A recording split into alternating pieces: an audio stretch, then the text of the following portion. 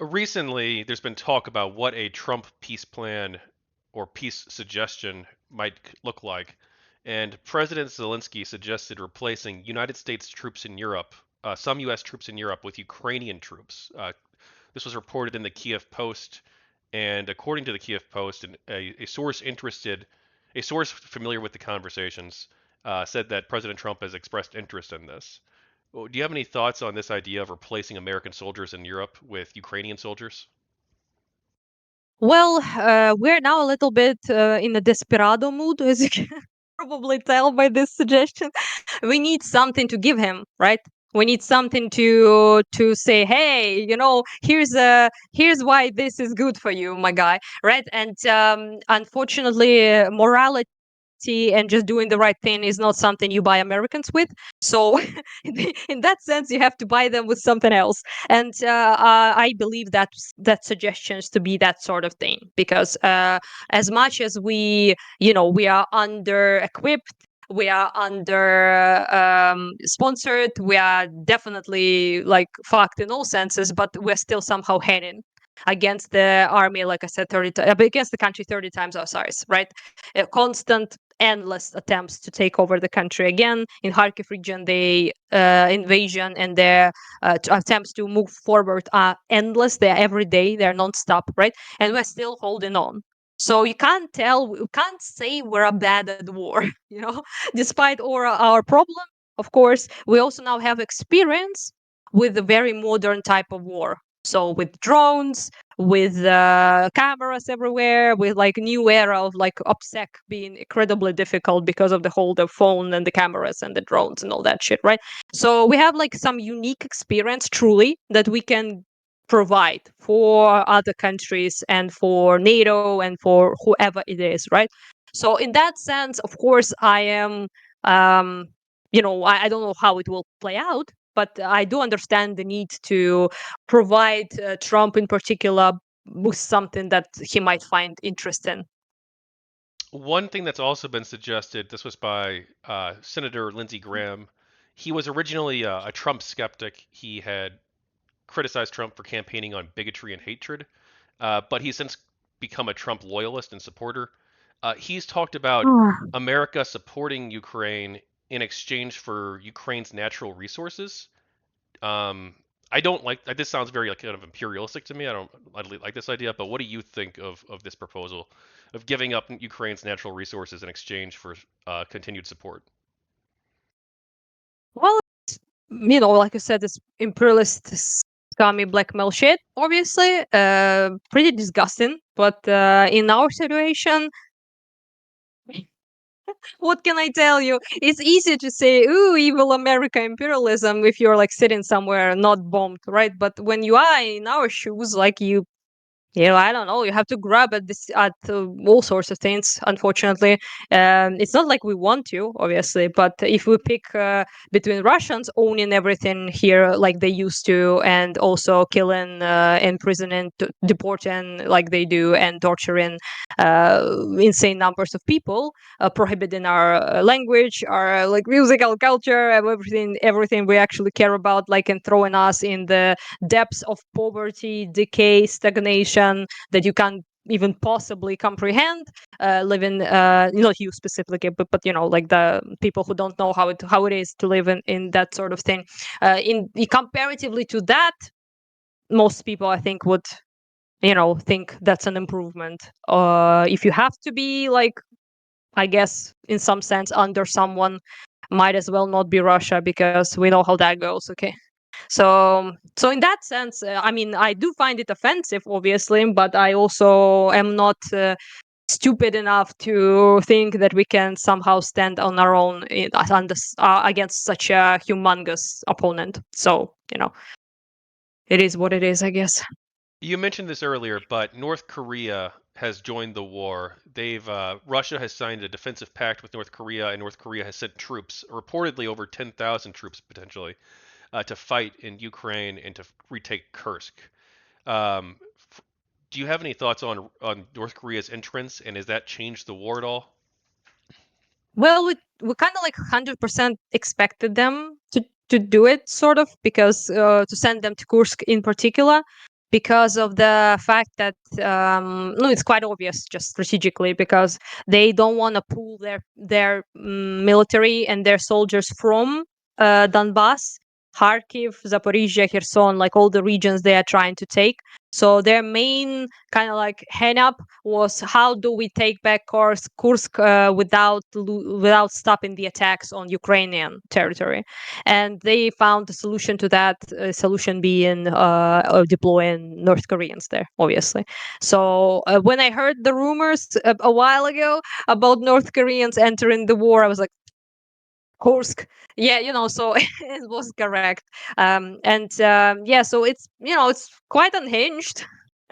I don't know if someone told people, like regular people somewhere in the world, like 2 years ago, that North Korea will be marching with Russia. Probably people wouldn't be like, "Oh yeah, that will happen." But the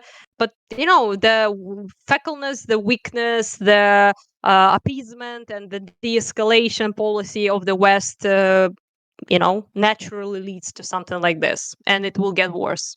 So yeah, I'm not sure exactly how it will play out, if our guys will manage to hold on to Kursk, which was quite important for like three reasons essentially. One, we made humongous exchanges finally of our people. We took a lot of prisoners of war in Kursk and exchanged them finally for people who have been in captivity for nearly 3 years.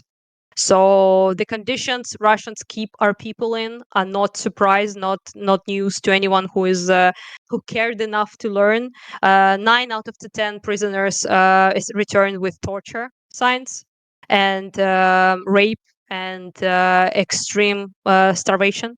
So it's just yeah. So returning them obviously is something people care about. People wait for them. People, their families, their loved ones who wait for them every day, and they want them back, obviously. But it's one. Second is, of course, morale boost for us, morale downgrade for Russia, and there was hope that they will take part of their units of their soldiers and redirect them towards Kursk. That didn't happen.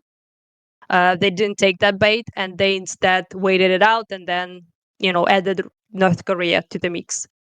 So yeah, but also it's just, don't take it like 100%. It's just something I heard. But some people in the military, in particular, told soldiers, but not high ups, just soldiers. So take it with a grain of salt. Told me that one of the reasons also why Kursk was important is just because many people thought here in our high ups that Trump will win.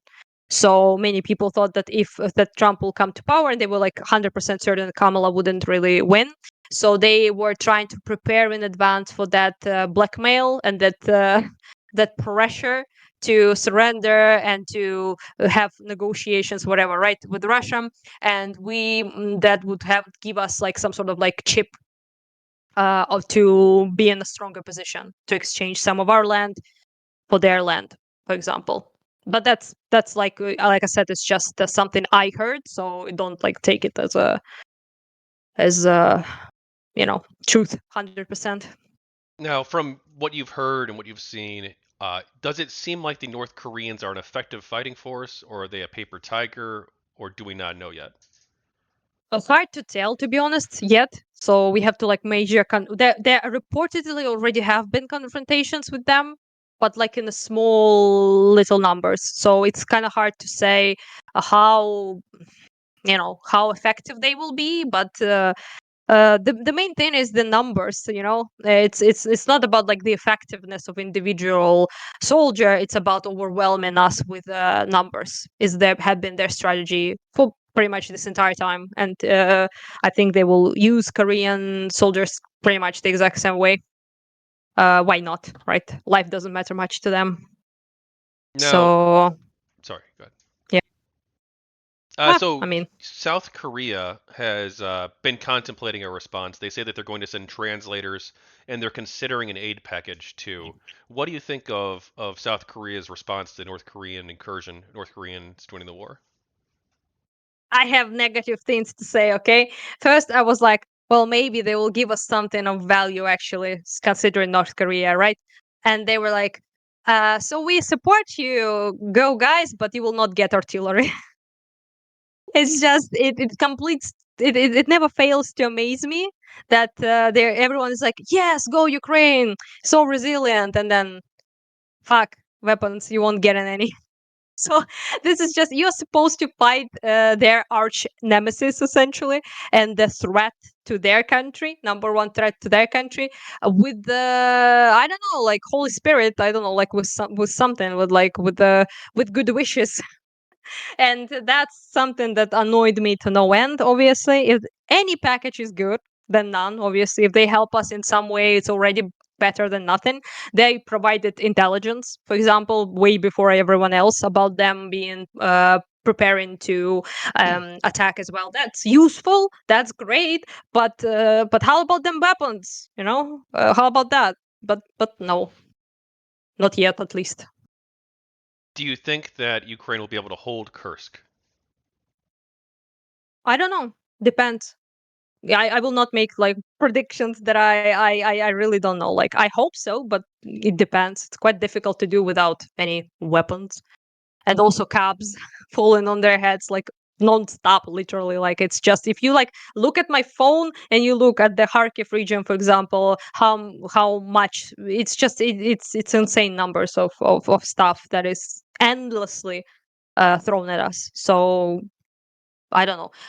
Never ever there have been such a massive like war effort when one side we just we don't have like any air anything, so not no not even superiority, we don't have air anything, okay. And we also have like completely outnumbered with artillery, with bombs, with any everything. So it's quite difficult to predict just how bad or how good it will go. We shall see, I suppose. Our people kind of I guess you could say performed miracles, like Kharkiv counteroffensives, for example, when they, retook my home region back in like a matter of couple of weeks. But there are not as many miracles left in our pockets, I feel like. So there's only so much you can pull out. And yeah, I don't know. I definitely can't tell you how it will go. Okay. Now, the Donbas, part of the reason that Ukraine supported invaded Kursk, it's been speculated. You mentioned yourself that they want to trade land to get their own territory back, but two, it's also been speculated too that it's to relieve pressure on fighting in the Donbas, which at the time at least wasn't going very well for Ukraine. They were losing some villages. I don't. Mhm. How are things looking right now in the Donbas? Who? Ah, just like you said, pretty much. So it's kind of like push and pull, like, a bit of movement, but very slight. So one village taken, one village retaken, couple villages taken, then you go back and forth. It's like kind of like, it's like that. Yeah, like I said to you already many times to you that it's impossible pretty much to make any movements whatsoever with the current bombing situation in particular. So yeah, so Cubs are handicapping us very, very, very strongly, and in that sense, quite difficult to do much. So they have made actually quite a big, unfortunately for me and for everyone here, a big progress on in recent days in towards Kupiansk. So they might be trying to retake it again, which was it's a Kharkiv region city that was liberated during the offensives, and they haven't yet, but they're like basically in the city. Russia So is taking it, or Ukraine's Russia, retaking it? Oh, Ukraine retook it when Kharkiv offensives were happening. So it was how long ago? 22, I think. Yeah, and yeah, so yeah, it was September of 22, I believe. Like, if I'm not mistaken, that we took it back. So if now it has been under attack endlessly, essentially. So it's not new that they're trying to take it, but they have had the biggest success so far. It seems there, and if they manage, it would only. No, first of all, it's a disaster city in terms of like evacuating people from there, obviously, and all of that. They just returned some of them, and but also they're closer to Kharkiv, which means the artillery is closer to Kharkiv, and which means bombardment with artillery of the Kharkiv city again. So it might be quite bad, but I do believe in at least that our guys will manage to. push the horde back, so to speak. Hopefully.